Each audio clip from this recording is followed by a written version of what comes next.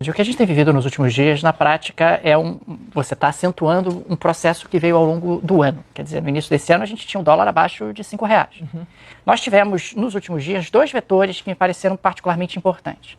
O primeiro foi a proposta do governo do pacote fiscal. Depois de semanas e semanas e semanas, vai vir o pacote fiscal, vamos colocar as contas públicas em ordem, reconhecemos que há um problema, vamos enfrentar esse problema, aparece um pacote fiscal completamente aguado. Quer dizer, um pacote fiscal que propunha uma redução no ritmo de crescimento das despesas, um pacote que não trazia nada de corte de despesas, efetivamente. Isso acabou gerando uma inflexão em termos de expectativas. Quer dizer, então o governo não vai lançar mão de nada que efetivamente seja capaz de conter o crescimento do endividamento. E nesses últimos 2 dias tem repercutindo muito a entrevista do presidente Lula no Fantástico, de domingo. O presidente Lula, no domingo, disse com todas as letras, né? O presidente Lula é adulto, ele sabe o que ele está fazendo. Ele disse que não há problema fiscal no Brasil. E disse que o único problema da economia brasileira é a taxa de juros do Banco Central. Ele faz isso dentro de um contexto onde a gente está trocando a presidência do Banco Central. Quer dizer, ele coloca ali uma certa névoa sobre o novo presidente do Banco Central. Esse novo presidente ele vai atuar de forma autônoma ou ele vai atuar sob os desígnios do que o presidente Lula considera como uma taxa de juros excessivamente elevada?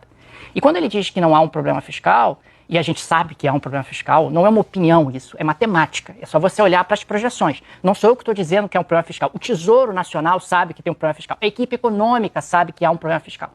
Ele, na prática, ele sinaliza de que ele não está genuinamente comprometido sequer em sinalizar. Aqui a gente não está nem falando de resolver, mas sequer sinalizar de que o governo dele tem algum compromisso com o equacionamento desse problema.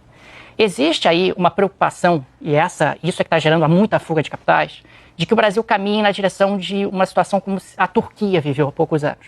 Que é a seguinte, você tem um descontrole fiscal, esse descontrole fiscal faz com que o governo tenha cada vez mais dificuldade de se financiar, o mercado vai exigindo juros cada vez maiores, aliás, ontem o mercado estava exigindo 15% de juro para financiar o governo brasileiro. Chega um determinado momento que o governo não consegue mais pegar dinheiro emprestado, não consegue mais financiar o seu déficit de maneira eficiente, e aí você avança para uma emissão de moeda. E essa emissão de moeda faz com que a inflação escale, isso somado a um processo de escalada da moeda americana, que já gera pressão inflacionária e que faz com que o processo se retroalimente. Esse é o temor hoje. Quer dizer, o temor que a coisa saia do controle. Por mais que o Banco Central aumente a taxa de juros, você não consegue mais conter a moeda americana. Por mais que o Banco Central venda dólares, como ele vendeu nos últimos 2 dias, você não consegue conter a escalada da moeda americana, porque as pessoas estão muito temerosas do que vai acontecer num futuro não muito distante. Me parece que o governo sabe que há um problema, mas pelo menos do ponto de vista político, a aposta, pelo menos até agora, é de, olha, vamos jogar esse problema mais para frente, depois de 2026, quem sabe, a gente resolve e tal, e aí a gente enfrenta isso de maneira mais estruturante. Até lá, não vamos mexer nisso, porque isso vai trazer um impacto político grande, vai causar um desgaste grande. E claro, se você também tem um Congresso onde o presidente do Senado e o presidente da Câmara sumiram nesses 2 dias, ninguém fala sobre isso, então o país está à sua própria sorte, do ponto de vista fiscal, porque já que não há um problema, vamos simplesmente fingir que nada está acontecendo e a reação das pessoas diante disso é se proteger, comprar dólares e mandar o dinheiro para fora do país.